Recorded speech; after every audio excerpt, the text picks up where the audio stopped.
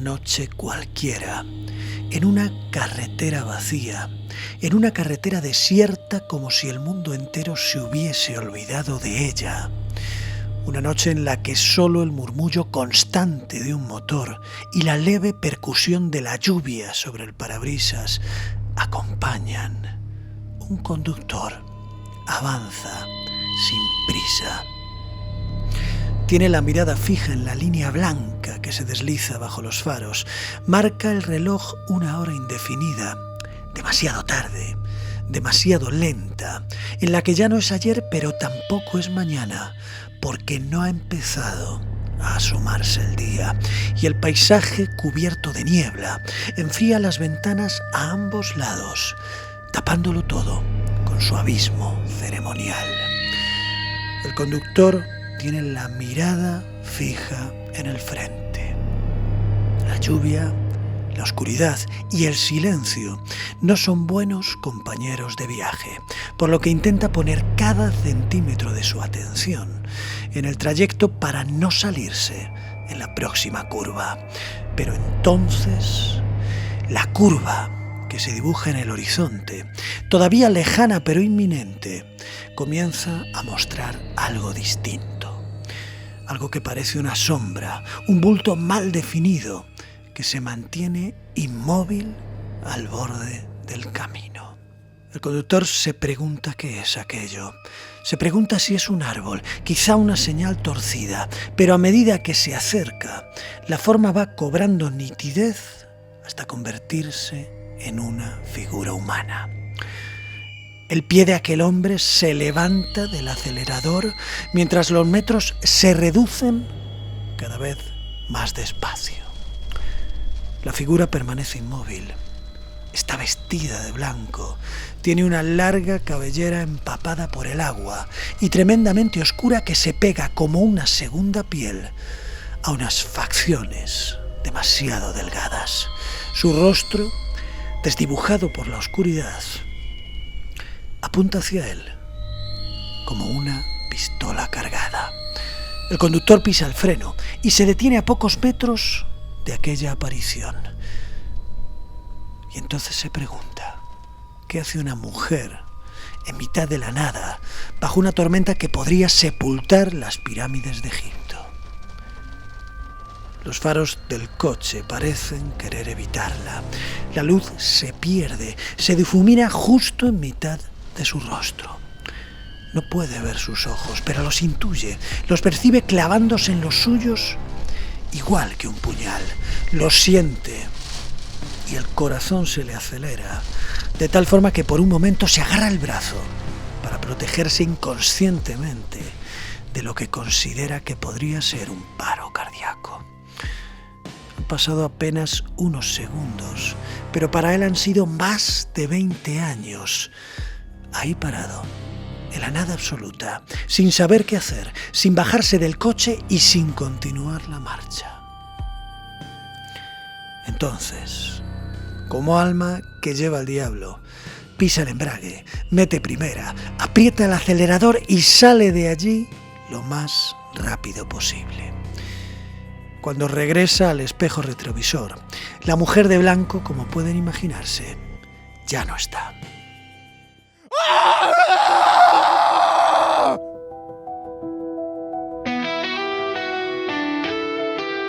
Hoy sabemos que hay distancias infranqueables, que la noche no tiene límites, que el universo se está expandiendo en la nada absoluta, en el rincón impredecible, en el error inconfesable, en la estadística confusa.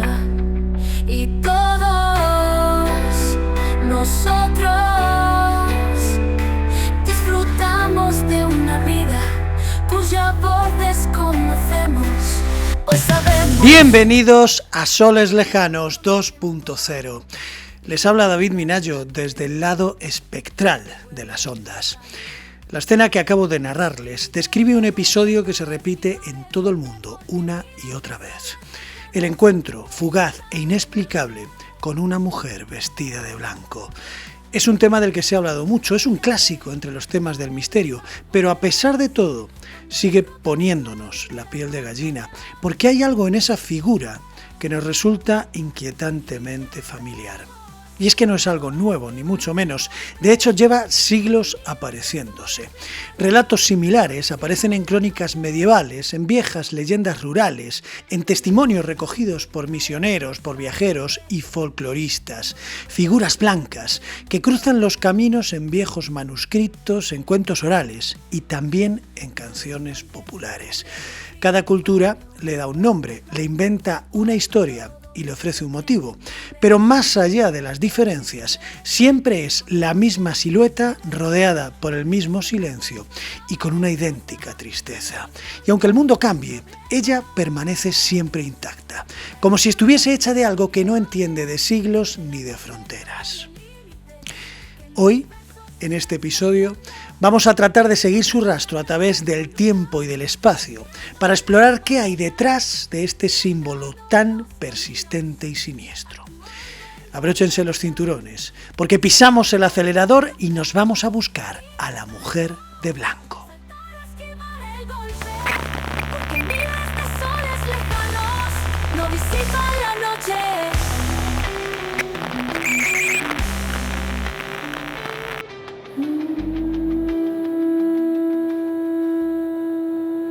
Durante siglos, miles de personas en todo el mundo han afirmado ver lo mismo. Una mujer vestida de blanco, de aspecto triste o espectral, que aparece al borde de un camino, en la habitación de un hospital o en los pasillos de una casa antigua. Una mujer que nos mira fijamente y luego desaparece. ¿Quién es? ¿Qué quiere? Para abordar el tema desde un punto de vista aséptico y científico, debemos empezar por observar un hecho incontestable. Este fenómeno no es exclusivo de una región ni de una época. Se repite con asombrosa similitud en culturas separadas por miles de kilómetros y siglos de historia. En México, por ejemplo, encontramos a La Llorona, de la que se han hecho incluso películas. Una madre que vaga por las noches buscando a sus hijos muertos y llorando con un grito que hiela la sangre. En España y Latinoamérica tenemos también a la Dama de la Curva, la historia con la que hemos abierto el programa. Esa mujer que se manifiesta en carreteras solitarias, advirtiendo a los conductores o conduciéndolos directamente hacia su propia perdición.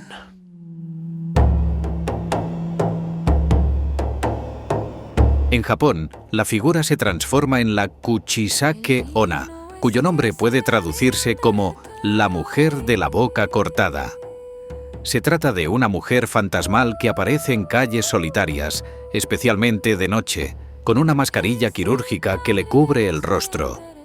Viste de blanco o de colores pálidos y muy silenciosamente se acerca a los transeúntes para formularles una pregunta simple, pero envuelta en una trampa. La Kuchisake Onna le pregunta a aquellos con los que se cruza si la ven hermosa. Si la respuesta es no, saca unas tijeras y mata al desafortunado. Y si la respuesta es que sí, se quita la mascarilla, revelando que tiene la boca desgarrada de oreja a oreja, y repite la pregunta: ¿y ahora qué? ¿Soy hermosa? Si el desafortunado que se ha encontrado con ella vuelve a responder que sí, puede llegar a imitar la misma mutilación en el rostro de su víctima como ofrenda cruel a su vanidad rota. Esta leyenda urbana, que resurgió con fuerza en los años 70, se basa en antiguos relatos de mujeres desfiguradas por castigos, traiciones o celos. En algunos casos, se dice que fue el propio marido quien le infligió la herida tras descubrir una infidelidad.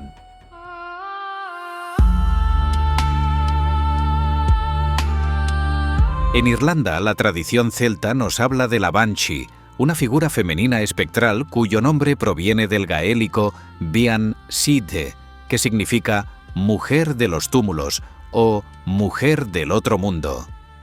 No suele mostrarse por completo. A veces se la ve como una anciana de rostro cubierto por un velo, otras como una joven pálida con cabellos largos y desordenados, siempre vestida de blanco o de gris y envuelta en una bruma casi irreal. Pero lo que la define no es su apariencia, sino su sonido. Un profundo lamento, un llanto prolongado, agudo y penetrante, que previene a quien lo escucha de que la muerte ronda cerca. La Banshee no mata, no hiere, tampoco ataca, se limita a anunciar. Podríamos decir que es la mensajera del más allá. En algunos relatos, de hecho, aparece lavando en un arroyo las ropas ensangrentadas de quien va a morir. En otros se escucha su lamento justo antes de que llegue la noticia del fallecimiento. Pero su presencia no siempre es temida. Hay quienes la consideran una acompañante invisible que llega justo cuando más se la necesita, en el umbral de la muerte. En Rumanía nos encontramos con la leyenda de la Domnișoara Alba, que traducido sería la señorita blanca, una joven noble que murió trágicamente, muchas veces traicionada por su amante y que sigue vagando por los pasillos de viejos castillos, llorando en las ventanas o cruzando las galerías envuelta en una luz espectral. Su aparición presagia desgracias o muertes en la familia. En Filipinas existe el mito de la Kuwentun Puting Babae, la mujer blanca, que es especialmente popular en los campus universitarios, donde se asegura que aparece de noche, deslizándose por los pasillos de dormitorios o de las bibliotecas. Algunas versiones de la historia cuentan que se trata de una estudiante que fue asesinada, mientras que otras atribuyen su identidad a una figura más antigua, relacionada con espíritus elementales que adoptan forma humana. En todos los casos, su presencia va acompañada de un frío súbito, de un silencio anómalo y de una incesante sensación de ser observado.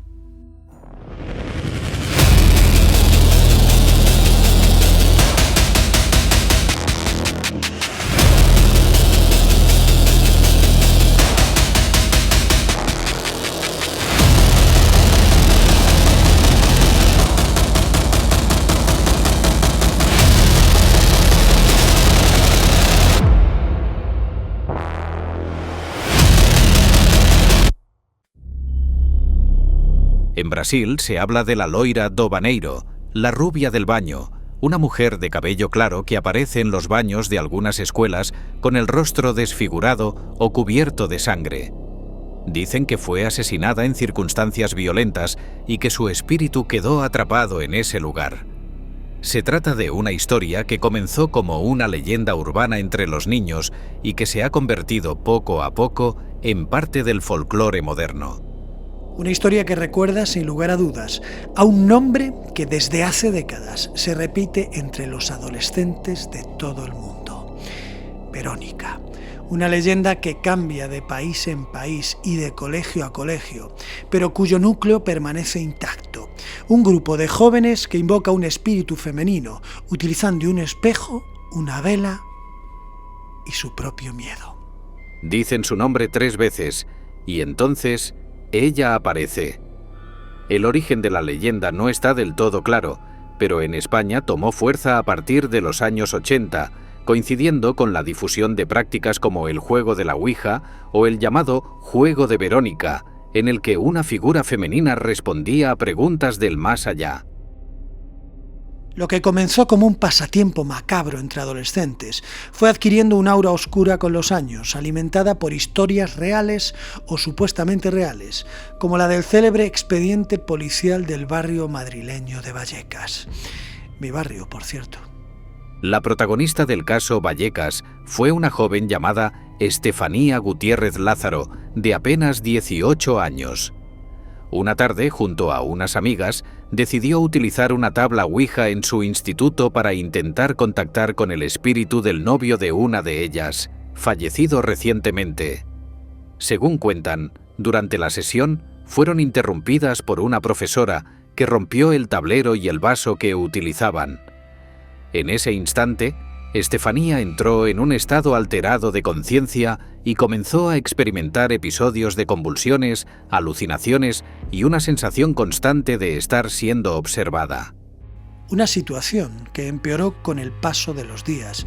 Estefanía decía que veía sombras, figuras oscuras que se acercaban a ella por la noche. Escuchaba voces y sentía presencias que se sentaban a su lado mientras dormía. Fue atendida por médicos y psiquiatras, pero ningún tratamiento funcionó. Meses después, murió de forma repentina y sin una causa concluyente. Pero la historia no terminó ahí. Tras su fallecimiento, su familia comenzó a vivir lo que describieron como una auténtica pesadilla. Ruidos inexplicables, objetos que se movían solos, crucifijos que se caían de las paredes, puertas que se abrían y cerraban con violencia. En una ocasión llamaron a la policía y fue entonces cuando el caso escaló hasta dar un giro inesperado, porque los agentes al llegar también afirmaron presenciar fenómenos extraños. De hecho, en el parte oficial de aquella noche se registró literalmente lo siguiente. Comprobamos como una de las puertas de un armario, cerrada de forma completamente normal, se abrió de forma súbita y totalmente antinatural.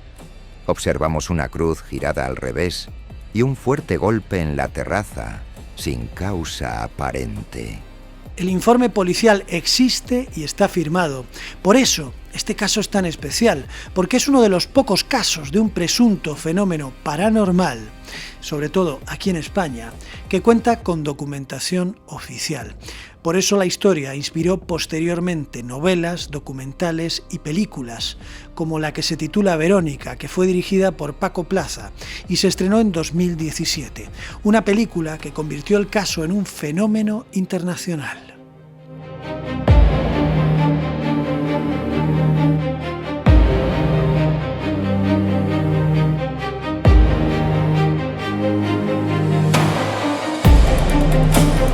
El caso Vallecas no se trata de una mujer de blanco que aparece en un camino o en una casa antigua, pero sí hay una presencia femenina y espectral que responde a un patrón común, un dolor no resuelto, un intento de comunicación más allá de la muerte, y una figura que, una vez convocada, ya no se marcha. Verónica no camina por la carretera ni llora bajo la lluvia, pero al igual que todas ellas, regresa de la muerte para encontrarse con nosotros. Todas estas historias tienen un hilo común. Una mujer que no descansa, alguien que fue víctima de una injusticia, que murió de forma prematura o que arrastra un duelo pendiente. Pero también hay otra constante, el color blanco. Ese color que en muchas culturas simboliza la pureza, el luto, lo sagrado, pero también lo que no pertenece del todo a este mundo. En Oriente se entierra a los muertos con ropas blancas. En Occidente el blanco se asocia a lo etéreo, a lo incorpóreo y a lo que ha cruzado una frontera invisible. Es el color de los fantasmas, de las visiones y de las cosas que no deberían estar ahí. Porque no hay nada más perturbador que aquello que debería significar paz, y sin embargo, anuncia todo lo contrario. Pero vamos a dar un paso hacia adelante, porque hasta ahora, sin tener en cuenta el caso Vallecas y a rasgos generales, hemos hablado de leyendas milenarias transmitidas hasta nuestros días por el paso de las generaciones. Pero lo cierto es que en nuestros días también hay testimonios que reclaman una sola cosa: que lo sobrenatural no está solo en los cuentos, que también puede aparecerse efectivamente en la normalidad más absoluta de nuestras vidas cotidianas. Uno de los casos más comentados ocurrió en la provincia española de Andalucía, en la A472, la carretera que conecta Sevilla con Sanlúcar la Mayor. Allí, en un tramo conocido como la Cuesta de las Doblas, numerosos conductores han relatado encuentros con una mujer vestida de blanco que estaba haciendo autostop o cruzando la vía en plena noche. Las historias de todos los testigos coinciden en varios puntos: faros que iluminan una figura, un volantazo para no atropellarla y, tras el susto, la visión de la curva vacía. Si bien no existe un expediente oficial, estos relatos se han recogido en multitud de medios locales y diversos programas de misterio. Pero también se han documentado casos más allá de las carreteras, y otro punto caliente son los hospitales. En centros como el Hospital Reina Sofía de Córdoba, personal sanitario afirma haber visto, en turnos nocturnos, figuras femeninas caminando por pasillos o junto a camas donde recientemente hubo fallecimientos, para luego desaparecer en segundos. Algunos testimonios fueron recogidos por el diario ABC y han sido denunciados incluso a la administración del hospital. Pero lo más relevante es que estos fenómenos siguen de nuevo un patrón muy claro. Siempre involucran a una mujer desconocida y espectral, que viste de blanco o tonos muy claros e incluso lo hace en contextos clínicos. Y los encuentros se producen en lugares vinculados a pérdidas, traumas o muerte, carreteras donde hubo accidentes con víctimas, habitaciones de hospitales o lugares donde el conflicto ha dado pie a la aparición de la muerte. Y siempre se trata de figuras que no interactúan y que tampoco hablan, que sencillamente aparecen, observan y desaparecen. Estos casos no se ajustan al cliché de fantasmas de tormentas. No son ruidos vagos ni puertas que chirrían, son presencias visuales, compactas, humanas y profundamente simbólicas. Una silueta blanca que en lugares de dolor parece querer recordarnos algo. Por eso, tras la leyenda surge la pregunta inevitable: ¿son estas apariciones puramente producto de la sugestión y el cansancio, como suelen plantear los escépticos, o existe algún hilo invisible que conecta la tragedia, el duelo y la materia con algo que aún no sabemos explicar y que es capaz de proyectar figuras en este plano de la realidad?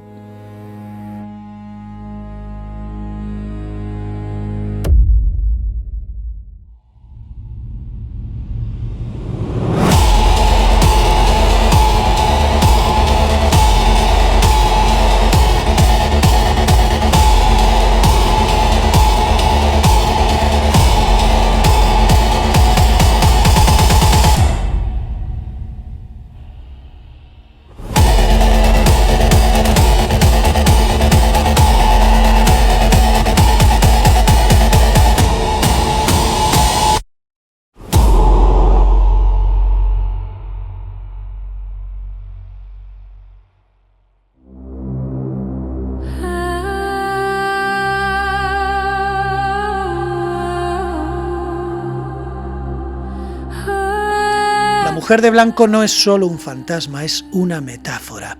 Representan lo que no se ha dicho ni se ha cerrado.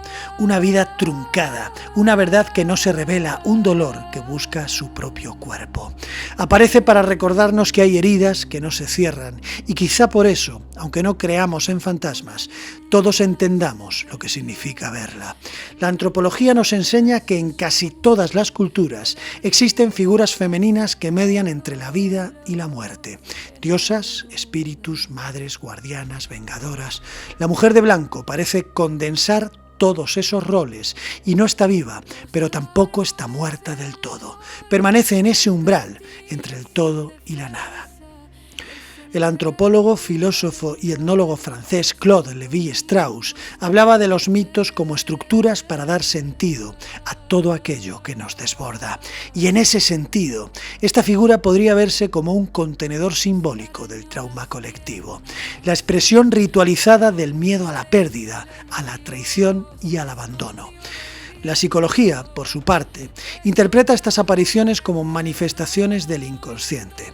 Para el célebre Carl Jung, los arquetipos son formas universales que surgen de lo más profundo de la psique humana.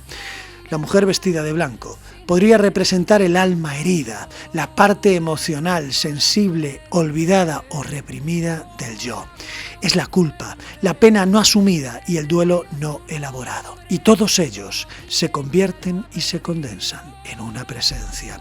Una presencia que aparece justo donde más falta hace, al borde de un camino, en el borde de la conciencia, porque en esos estados de estrés extremo, privación del sueño o alto impacto emocional, el cerebro puede llegar a generar alucinaciones visuales complejas, sobre todo en entornos ambiguos, donde la mente comienza a divagar, activando áreas relacionadas con la memoria, el miedo y la percepción facial.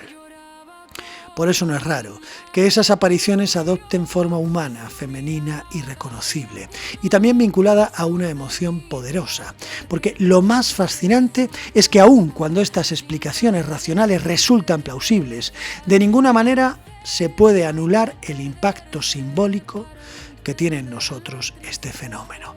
Porque más allá de su origen, la mujer de blanco funciona como un espejo emocional, proyectando lo que nos duele, lo que tememos perder y lo que no pudimos decir. Y en ese sentido, tal vez no importe si existe o no, sino qué quiso decirnos cuando pasó frente a nosotros. Nunca olviden que miles de soles lejanos no disipan la noche. Les espero en el próximo programa. Hasta pronto. Le dejó una flor sin nombre y un susurro en la garganta, un pedazo de la noche y a los lobos que la cantan. Y la niña caminó con su miedo entre los brazos, porque todas las ausencias están hechas de fracasos. Y aunque el bosque no termina, aunque el mundo no despierta, lleva escrito en su mirada el silencio de esa puerta.